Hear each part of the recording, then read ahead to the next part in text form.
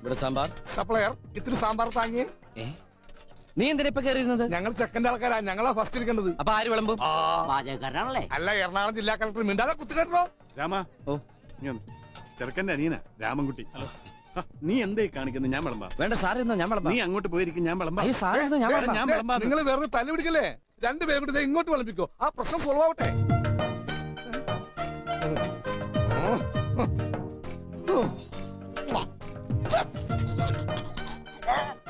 മോനെ കുറച്ച് ചോറിട്ടെ. ഓ ചേട്ടാ കുറച്ച് ചോറിട്ടെ. വേണ്ട. ലേശം മോരൊഴിച്ച് കഴിക്കാനായിട്ട്. വേണ്ടെന്ന്. ഇത്തിരി തൈര് ഒഴിച്ചെന്ന്. തന്നോടല്ലേ പറഞ്ഞു വേണ്ടെന്ന്. എവിടുന്ന് വന്നുണ്ട് ഈ പന്നി? അല്ലേ കുറച്ച് ചോറിട്, തൈര് കൂട്ടി കഴിക്കാം. എടോ തന്നോട് ഞാൻ 16 പ്രാവശ്യം ചോറിട്ടെ എന്ന് ചോദിച്ചതല്ലേ? ചോറും തന്നെയല്ലേ ഞാൻ പറഞ്ഞത്? അക്ഷരം മാറിയൊന്നുമില്ലല്ലോ. എനിക്ക് എപ്പോഴും ഇങ്ങനെ കുമ്പിടാൻ പറ്റില്ല. പഴയ ജിംനാസിയ. താൻ എന്താ വേഷം കെട്ടെടുക്ക? എന്താ എന്റെ രാമൻകുട്ടി, ഞാൻ 1000 പ്രാവശ്യം ഈ നായിന്റെ മോനോട് ചോദിച്ചതാ ചോറിട്ടെ. അപ്പൊ അവന്റെ അമ്മയുടെ വീടിന്റെ തൊട്ടടുത്ത് തന്നെ എന്റെ വീട്. എന്നിട്ട് അവൻ എന്നോട് ഇങ്ങനെ പെരുമാറണേ. ചേട്ടാ കുറച്ച് ചോറ്. തൊട്ടപ്പുറത്തെ അലേനടുത്ത് കഴിക്കടാ. ഓരോരുത്തന്മാര് വയറ് വാടകയ്ക്ക് തോന്നിരിക്കുക. എനിക്ക് ഭ്രാന്തായ ഞാൻ തുപ്പിട്ട് ചോറും വിട്ടോ. തന്നെ കല്യാണം വിളിച്ചിട്ടുണ്ടാ? ഉണ്ടെങ്കിൽ കല്യാണക്കുറി കാണിക്കടാ.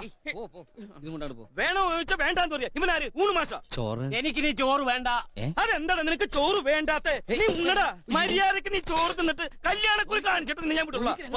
അവരൊക്കെ സദ്യ വിഴുങ്ങിട്ടിരിക്കല്ലേ.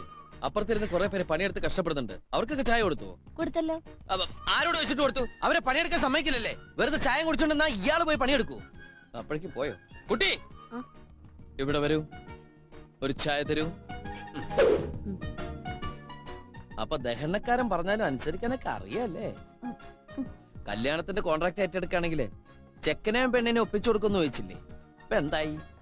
നല്ല മണിമണി പോലത്തെ ഡോക്ടർ ചെക്കനെ ഞങ്ങൾ ഒപ്പിച്ചെന്നില്ലേ?